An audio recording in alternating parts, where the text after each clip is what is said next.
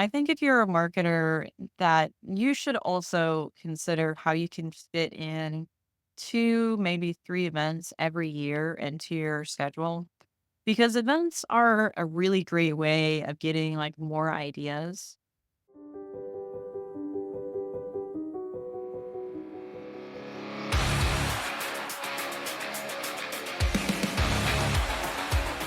Sharp strategies, sweet success. Hello, everyone. Welcome to Sharp Strategies, Sweet Success. This is Tiffany Spedensky. I'm coming to you in a little bit of a different format on a different camera, actually. Trying to upgrade my equipment and wanted to see how this would look. And this week, it's just me on my own. Christine is actually out. My Livia producer is dealing with some issues at her house and couldn't make it this week. So I'll leave that for her to talk about maybe on another day. So for this episode, one thing that's fresh on my mind is coming out of an event that I attended last week, the Great Legal Marketing or GLM Summit. And I was at this event, and I was actually speaking at this event.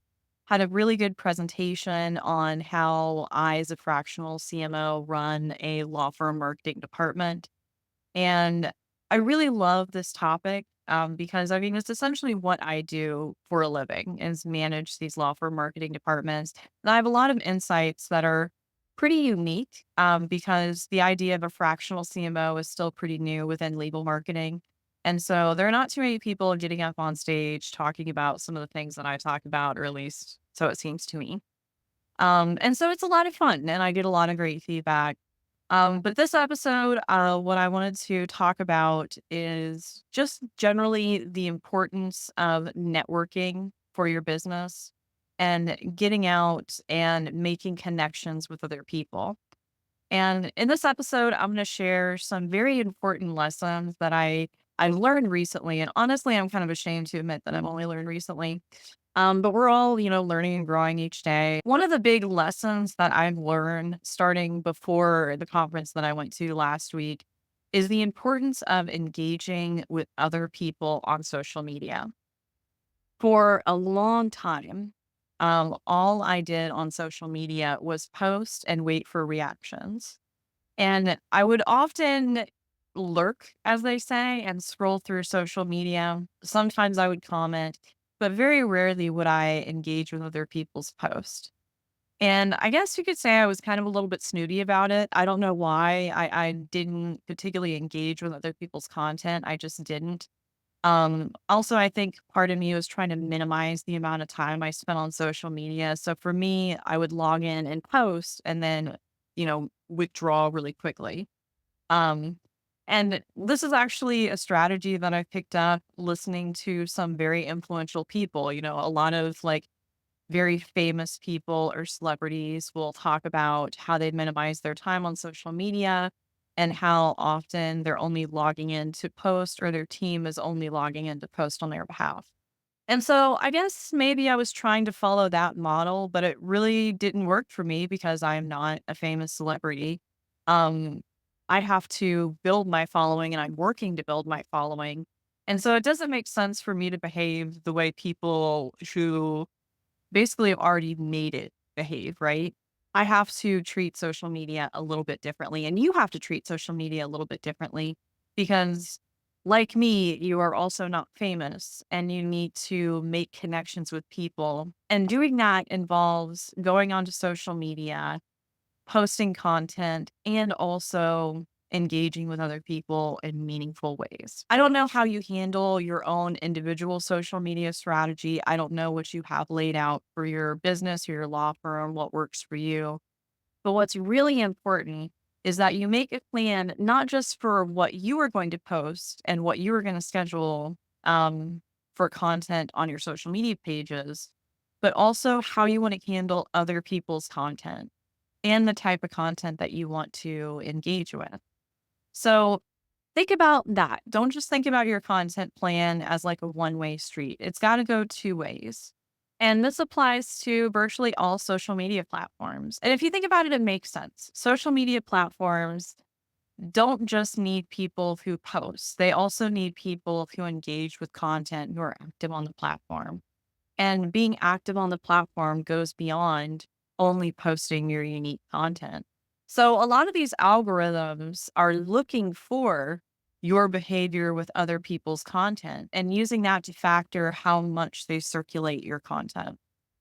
And finally, on this note, there's a psychological factor that comes with engaging with other people's content.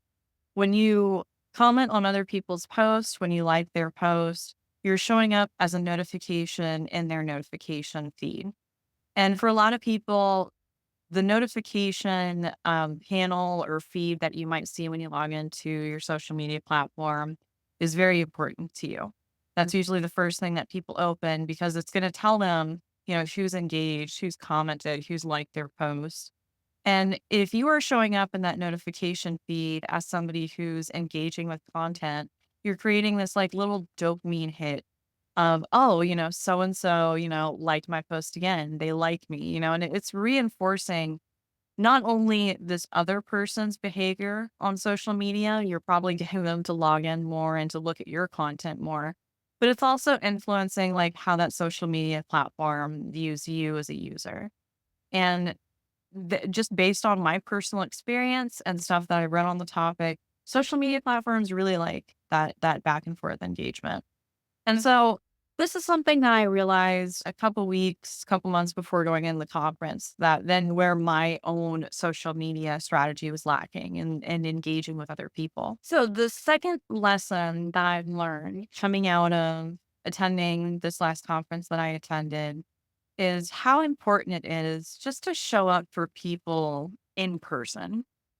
I've spent the better part of the last 2 years working from home. I own my own business, and so all of my employees are remote. What you see around me is my home office where I spend, 8, 9, 10 hours a day.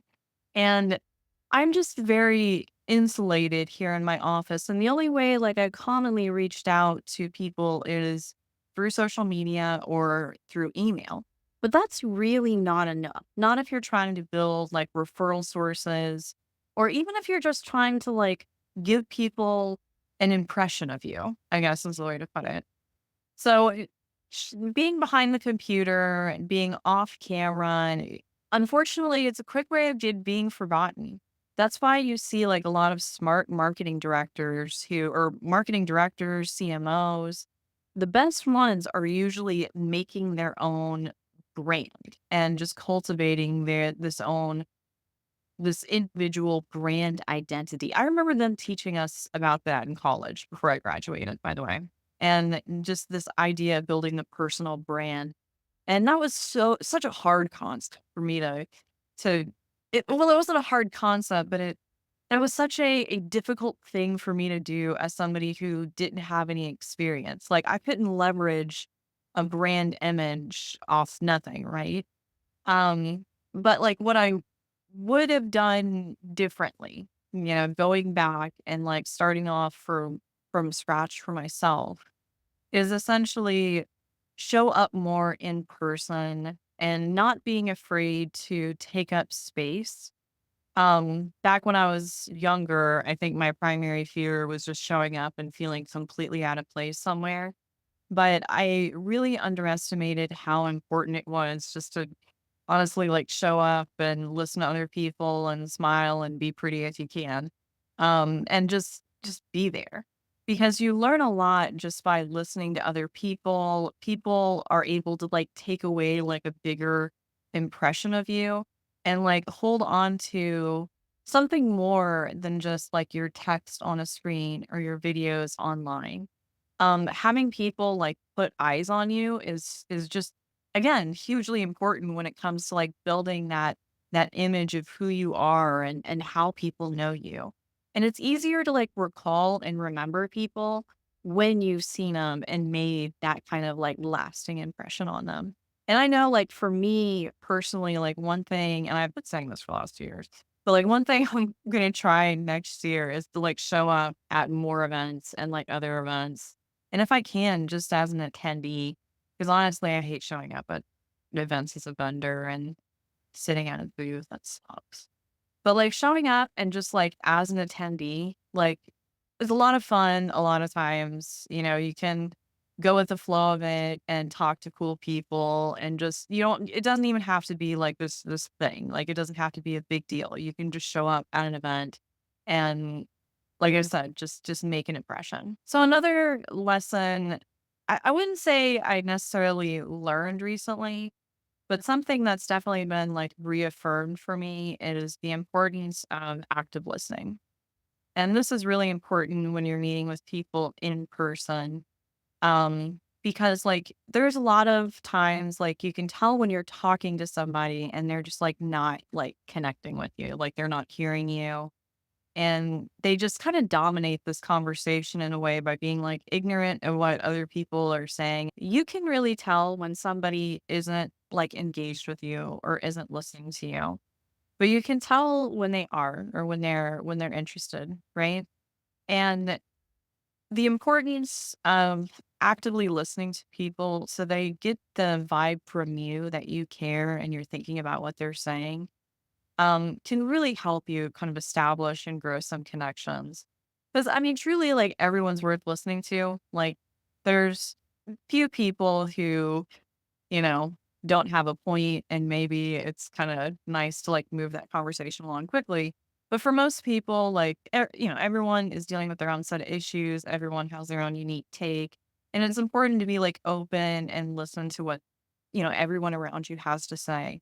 And one thing that I tried at this event that, that really helped me kind of listen and dial into what other people are saying is to try to always remember, like, the last, like, 5 words the person is saying, and make it to where, like, whenever they stop talking, you can repeat the last 5 words that they said to themselves, and then continue the conversation.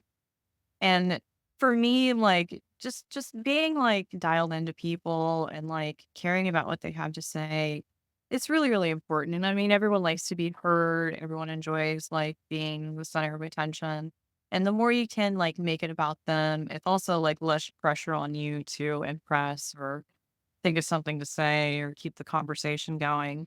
And a lot of times, like, in social situation, I'm just so freaking nervous. I'm just like, "Oh, what do I say next? How do I be, like, not weird?" Anyway, so this year, as I mentioned, I'm gonna make it a priority to attend more legal marketing events. And for me, it's legal marketing because that's what I do. And I think if you're a marketer, that you should also consider how you can fit in 2, maybe 3 events every year into your schedule. Because events are a really great way of getting, like, more ideas. And really, if you're at a stage where you're overseeing a department or you're overseeing a team, you really ought to be out there talking with other people and trying to get more out of kind of the collective marketing consciousness. And really, for me as a marketer, there are very few like ideas that I implement that just came out of my skull and only my head. It's a lot of times it's a variation on something that's been done before that I'm already familiar with. Sometimes it's unique insofar as it has a unique headline, but it's not necessarily brand new. Very, very rarely am I coming across an idea that's like completely unique and unique to me. Most often it's a remix, right? And you go to these events and you don't often hear like fresh, brand new ideas, but you definitely hear at least like 3 or 4 things. It's like, "Oh, it's a great idea I haven't tried yet." Or that's a perfect way to expand on something that I'm already doing. And even if you don't get anything like new as far as like idea wise out of the event, there's always that personal connection, which always ends up being like 10 times more valuable than the, you know, interesting tactics you may have learned. So, definitely go out and attend these events and find the ones that are going to help you the most, and there are a lot of free ones out there, that you can go to, particularly online, but really like going in person is the way to do it. And at the very least, you get like a mini vacation out of it. And it's just a good time. And for me, it's really fun to go to an event and just kind of go with the flow and have a good time with the people who are there. Again, like if you see most people as having good intentions and not there to like steal your business or whatever, you're gonna have a good time with some good people. So thanks so much for joining me. I hope you all enjoyed seeing more details of my face with this camera. Next week, Christina will be back. We'll be talking more and maybe playing another legal marketing game because I love those. And if you enjoy what you heard on this podcast, like and subscribe wherever you're liked and subscribed to. Thank you so much for listening. I hope you enjoy.